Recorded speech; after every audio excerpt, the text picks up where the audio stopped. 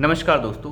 वैसे तो ममता बनर्जी को हमेशा ही कलकत्ता हाई कोर्ट से फटकार लगती रहती है, चाहे वो विधानसभा 21 के चुनाव हों, उस समय जो भी हिंसा हुई और चुनाव के दौरान और चुनाव के बाद जो हिंसा हुई, ममता बनर्जी को बहुत बड़ी फटकार जो है उसी समय जो है कलकत्ता हाई कोर्ट से लगी थी और कलकत्ता हाई कोर्ट ने सीबीआई इंक्वायरी के निर्देश दे दिए थे। परंतु अब भी ऐसा ही हो रहा है, निरंतर जो है वहाँ पे हिंसा की घटनाएं देखने को मिल रही हैं। अभी जो ताज़ा घटना वो ये है कि क्योंकि वहाँ पे हो रहे हैं पंचायत के चुनाव 8 जुलाई को होने हैं और उसकी अधिसूचना जारी हो चुकी है। अधिसूचना जारी होते ही वहाँ पे कांग्रेस के कार्यकर्ता की हत्या हो जाती है। उसके बाद हिंसा भड़क जाती है और तृणमूल कांग्रेस के कार्यकर्ता भिड़ने लग जाते हैं वहाँ पे इंडियन सेकुलर फ्रंट के कार्यकर्ताओं के साथ। इंडियन सेकुलर फ्रंट वहाँ पे एक छोटी सी पार्टी है जो एक मुस्लिम पार्टी है, कट्टर मुस्लिम पार्टी, जो बनी थी 21 के चुनाव के दौरान, 2021 के विधानसभा चुनाव के दौरान। और इसी पार्टी ने गठबंधन कर रखा था कांग्रेस के साथ और सीपीएम के साथ। तो अब ये आपस में झगड़ रहे हैं सारे। हालांकि ममता बनर्जी ने भी ये माना है कि आपस में झगड़े की वजह से ये दिक्कत हुई है, लेकिन उन्हें शर्म नहीं आती कि इस तरीके की हिंसक घटनाएं जिसमें हत्याएं हो रही हैं, तो आप अंदाज़ा लगाइए कि आप चुनाव किस तरीके से करा पाएंगे।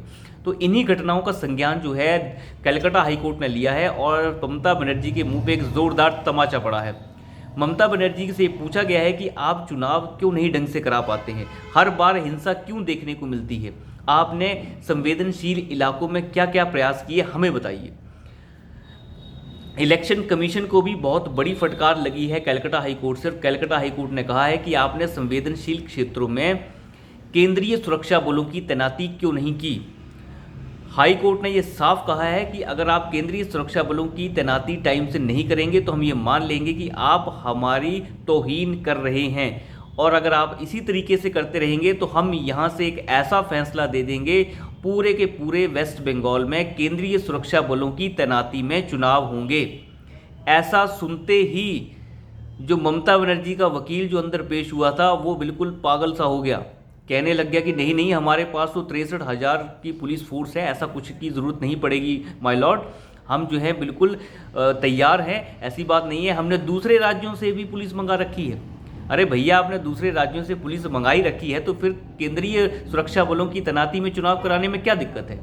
वो ये दिक्कत है कि इन्हें पता है कि केंद्रीय सुरक्षा बलों की तैनाती में अगर चुनाव होंगे तो बिल्कुल साफ़ सुथरे होंगे, और साफ़ सुथरे चुनाव होंगे तो ममता बनर्जी हार जाएंगी।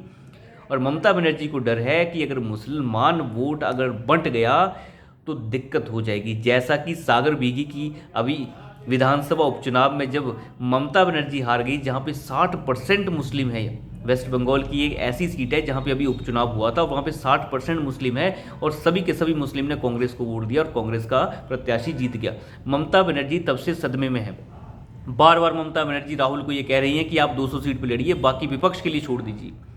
दिक्कत सारी की सारी ये है। तो आज कलकत्ता हाईकोर्ट ने कम से कम ममता बनर्जी के मुंह पे ताला जड़ दिया है और ये कहा है कि आपके बस का नहीं है बिल्कुल पारदर्शी तरीके से चुनावों को संपन्न कराना, और अगर आपसे नहीं हो रहा है तो हम करते हैं, और अगर आप नहीं करेंगे तो हम चुपचाप नहीं बैठ सकते, ये भी हाईकोर्ट ने कहा है। आप देखिए, जितने भी मामले हाईकोर्ट में ममता बनर्जी के खिलाफ पहुंचते हैं उसमें उन्हें फटकार ही पड़ती है। कैसे स्टेट चलाना चाहिए, हाल देखिए इनका पूरा का पूरा सिस्टम ही खराब है। और जितने भी ये वामपंथी और जितने भी ये दूसरे लेफ्ट लिबरल मीडिया है, ये पूरा का पूरा जो है मणिपुर और उटपटांग रेसलर्स के आगे पीछे घूम रहा है। ये नहीं देखता कि ममता बनर्जी ने क्या हाल कर रखा है पूरे प्रदेश का, इसका कोई अंदाज़ा ही नहीं है किसी को भी। मणिपुर की बात की जाती है, मणिपुर में बीजेपी का क्या लेना देना है, वहाँ पे तो हिंसक घटनाएं हो रही हैं आरक्षण के मामले के ऊपर, और आरक्षण का ये फैसला सुनाया कितना था हाई कोर्ट ने, तो गलती किसकी है इस पर। तो पूरा का पूरा मामला देखिए तो वेस्ट बंगाल में ममता बनर्जी जो है घिरती हुई नजर आ रही हैं। अभी वो कुछ दिन पहले अभी बयान दिया उन्होंने कि ये जो हिंसक घटनाएं हो भी रही हैं, ये हिंसक घटनाएं तो पहले और भी हुआ करती थी, जब जो है यहाँ पे सीपीएम की सरकारें हुआ करती थी। अरे मतलब तब हुआ करती थी, अब भी हुआ करती। ये जस्टिफिकेशन है ममता बनर्जी का कि पहले ज़्यादा मरते थे अभी तो कम मर रहे हैं, ये है ममता बनर्जी का तरीका। तो अब ममता बनर्जी इसमें पूरी तरह से गिर चुकी हैं और अमित शाह ने मुझे लगता है तैयारी कर ली है केंद्रीय सुरक्षा बलों को वहाँ भेजने की, क्योंकि जिस तरीके से वहाँ पे घटनाएं बढ़ रही हैं, निरंतर जो है रोज़ के रोज़ 1 या 2 या 3 हत्याएं वहाँ पे आम पंचायत चुनाव के संदर्भ में हो रही हैं। अब आप अंदाज़ा लगाइए कि पंचायत चुनाव का ये हाल है तो और सिस्टम का क्या हाल होगा।